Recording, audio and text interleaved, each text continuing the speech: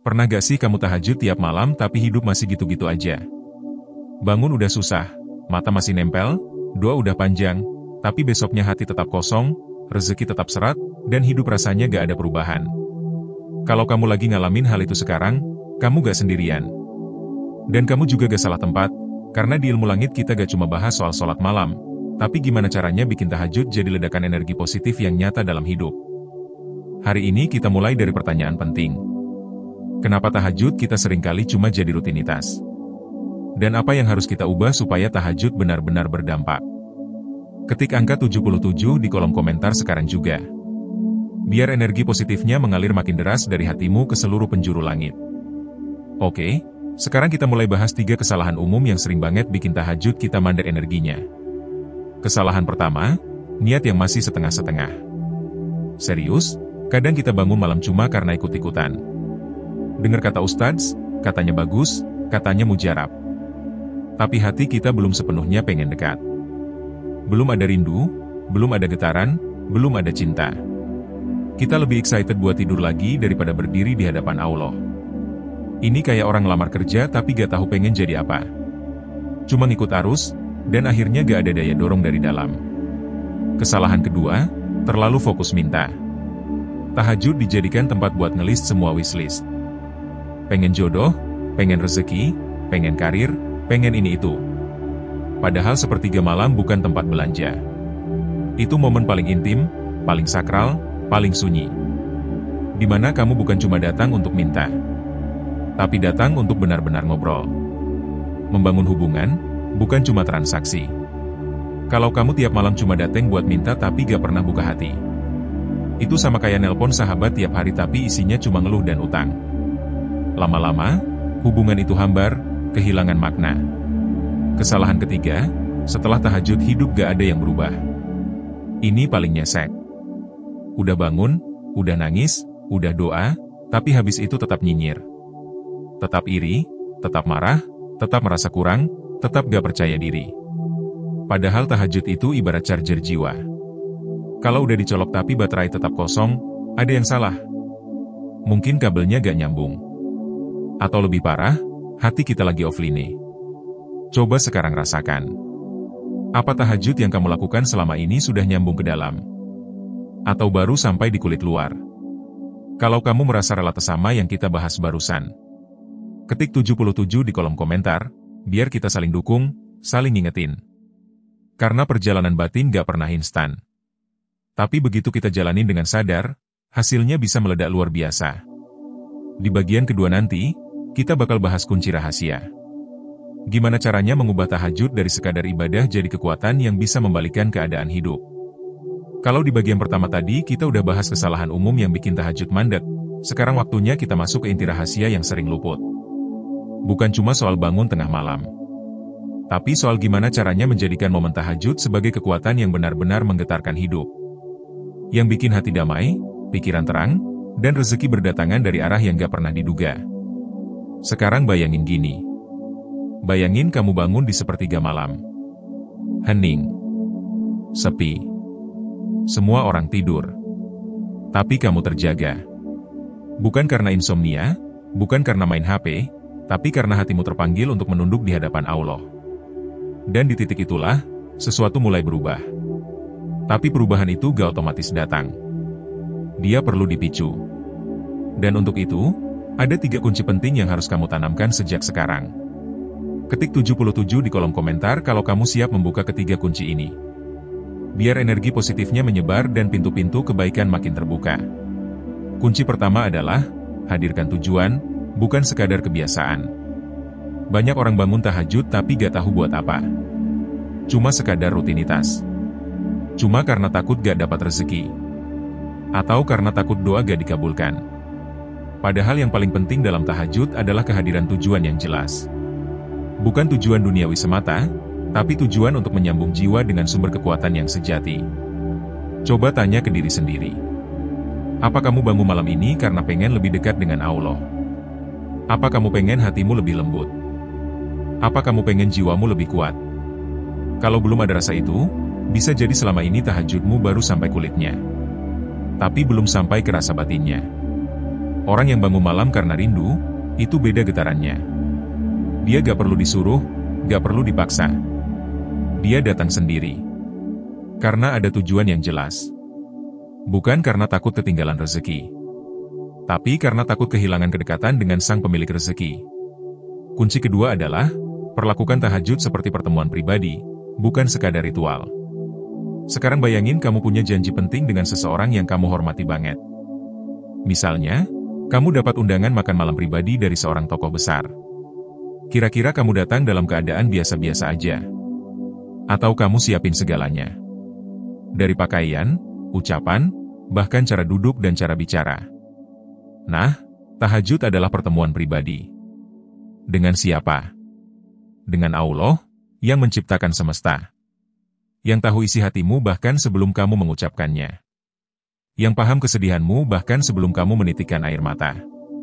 Kalau kamu benar-benar sadar sedang bertemu dengan zat yang sedekat itu. Gak mungkin kamu asal-asalan. Gak mungkin kamu buru-buru. Gak mungkin kamu membaca doa seperti robot. Dan di titik inilah, tahajud akan berubah menjadi pengalaman spiritual yang luar biasa. Yang gak bisa kamu ceritakan ke orang lain. Karena rasanya terlalu dalam. Terlalu personal. Dan terlalu menyembuhkan.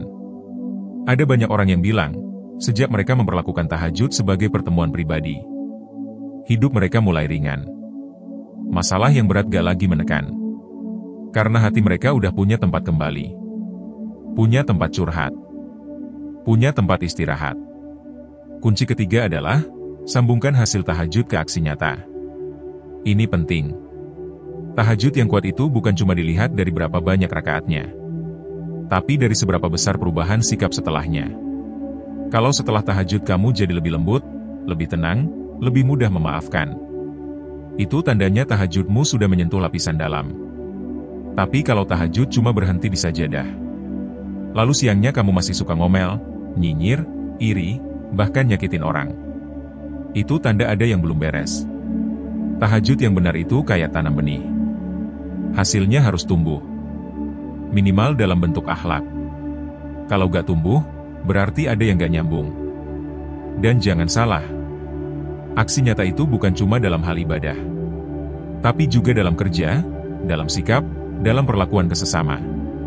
Orang yang berhasil menyambungkan tahajud ke tindakan, itu seperti orang yang membawa cahaya dari langit ke bumi.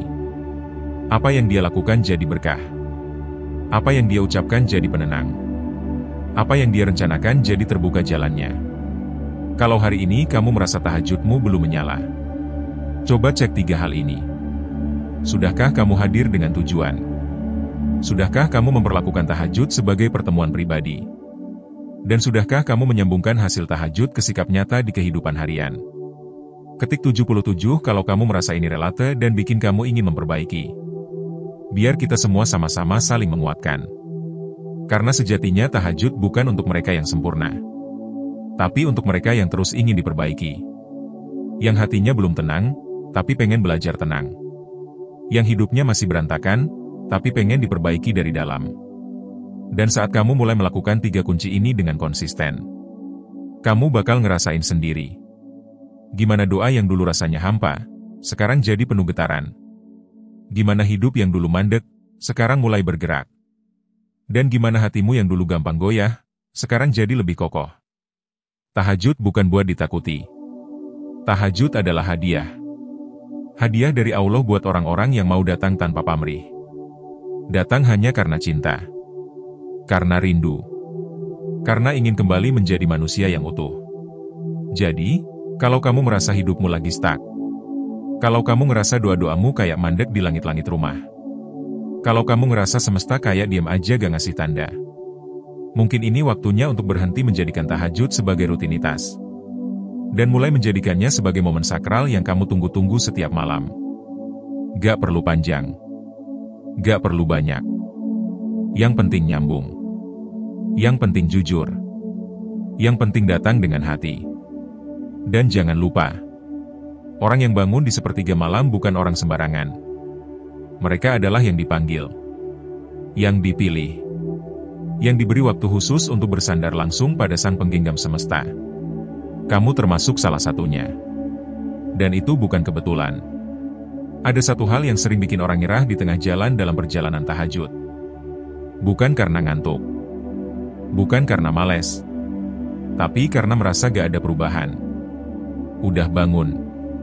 Udah doa. Udah nangis. Tapi hidup tetap terasa berat. Masalah tetap datang. Dan yang paling menyakitkan, perasaan bahwa Allah seolah diam aja. Kalau kamu pernah ngerasa kayak gitu, itu tandanya kamu udah sampai di gerbang penting. Gerbang transisi. Di mana keikhlasanmu lagi diuji. Bukan tentang seberapa kuat kamu bangun malam. Tapi seberapa dalam kamu bisa tetap setia meski gak langsung dikasih hasil. Tahajud itu kayak menanam benih di tanah dalam. Air mata yang jatuh, itu pupuknya. Doa-doa yang lirih, itu sinarnya. Dan kesabaranmu, itu anginnya. Benih itu gak langsung tumbuh. Tapi begitu waktunya tiba, dia akan pecah. Dan tumbuh jadi sesuatu yang gak pernah kamu bayangkan sebelumnya. Ledakan dahsyat dari tahajud itu bukan selalu dalam bentuk uang. Bukan selalu dalam bentuk promosi kerja. Bukan selalu dalam bentuk pasangan hidup. Kadang bentuknya adalah ketenangan hati saat dunia lagi ribut. Kadang bentuknya adalah kesadaran untuk berhenti menyalahkan hidup. Kadang bentuknya adalah keberanian untuk bilang, "Aku lelah, tapi aku gak nyerah." Dan dari situ, perlahan semesta mulai bergerak. Orang-orang yang tadinya gak peduli, tiba-tiba datang bantu. Pintu-pintu yang tadinya terkunci, pelan-pelan mulai terbuka. Dan yang paling kerasa, kamu mulai bisa berdamai sama dirimu sendiri. Ketik 77 kalau kamu pernah ngerasain momen itu. Momen di mana kamu sadar bahwa tahajud bukan lagi soal menangis, tapi soal menyatu. Ada satu kisah menarik. Seorang pemuda yang bertahun-tahun tahajud tanpa tahu kenapa hidupnya tetap di tempat. Sampai satu malam dia ubah cara pandangnya. Dia gak lagi datang buat minta. Dia gak lagi datang buat ngeluh. Tapi dia datang cuma buat duduk diam di hadapan Allah. Tanpa kata, tanpa syarat. Dan malam itu, katanya, pertama kali dia ngerasa benar-benar damai. Dari situlah hidupnya berubah. Bukan karena mendadak kaya. Bukan karena mendadak sukses. Tapi karena dia berhenti merasa kurang. Dan mulai ngerasa cukup. Cukup karena merasa dicintai. Cukup karena merasa diperhatikan. Dan cukup karena tahu, dirinya udah gak sendirian. Ledakan hidup yang sesungguhnya. Bukan dari luar ke dalam. Tapi dari dalam keluar. Kalau kamu hari ini masih merasa di titik nol. Masih ngerasa jalanmu gelap. Masih ngerasa doamu belum terjawab. Tenang. Kamu bukan gagal. Kamu lagi dididik. Kamu lagi dibentuk. Karena orang-orang yang kuat itu, bukan mereka yang langsung dikabulkan. Tapi mereka yang terus datang meski belum dikasih apa-apa. Dan ketika waktunya tiba, ledakan itu gak akan bisa kamu tahan. Bukan karena kamu pamer. Tapi karena kamu sudah jadi pribadi yang siap menerima. Ledakan hidup yang datang dari hasil tahajud adalah ketika kamu bisa berdiri tegak. Dengan hati yang lembut. Dengan pikiran yang terang. Dengan langkah yang ringan. Dan dengan keyakinan bahwa kamu sedang digandeng oleh tangan Allah. Gak peduli seberapa keras badai. Gak peduli seberapa rumit hidup. Kamu tahu, kamu gak sendiri. Karena tiap malam kamu punya ruang rahasia. Tempat kamu pulang. Tempat kamu bicara. Tempat kamu menemukan kembali siapa dirimu yang sebenarnya. Dan tahukah kamu? Orang yang punya waktu tahajud, itu seperti punya dunia dalam dunia. Dia gak akan panik saat dunia gaduh. Karena dia udah terbiasa hidup dalam sunyi. Dalam keheningan yang justru penuh kekuatan. Jadi kalau hari ini kamu masih merasa prosesmu lambat. Masih merasa tahajudmu belum berdampak. Ingat, proses itu bukan untuk cepat. Tapi untuk dalam. Dan semakin dalam kamu masuk, semakin kuat ledakan yang akan kamu rasakan nanti. Ketik 77 kalau kamu siap menerima ledakan hidup itu. Ledakan yang bukan sekadar materi. Tapi ledakan keutuhan. Ledakan ketenangan. Ledakan cinta tanpa syarat. Dari zat yang selama ini menantimu di sepertiga malam. Tahajud bukan ibadah biasa. Dia adalah ruang sakral. Tempat rahasia antara kamu dan Allah. Dan kalau kamu sudah merasakannya, kamu gak akan pernah ingin melewatkannya lagi. Selamat menyambut hidup yang baru. Dengan cara yang berbeda. Dengan jiwa yang lebih matang. Dan dengan cinta yang semakin dalam kepada sang pemilik malam.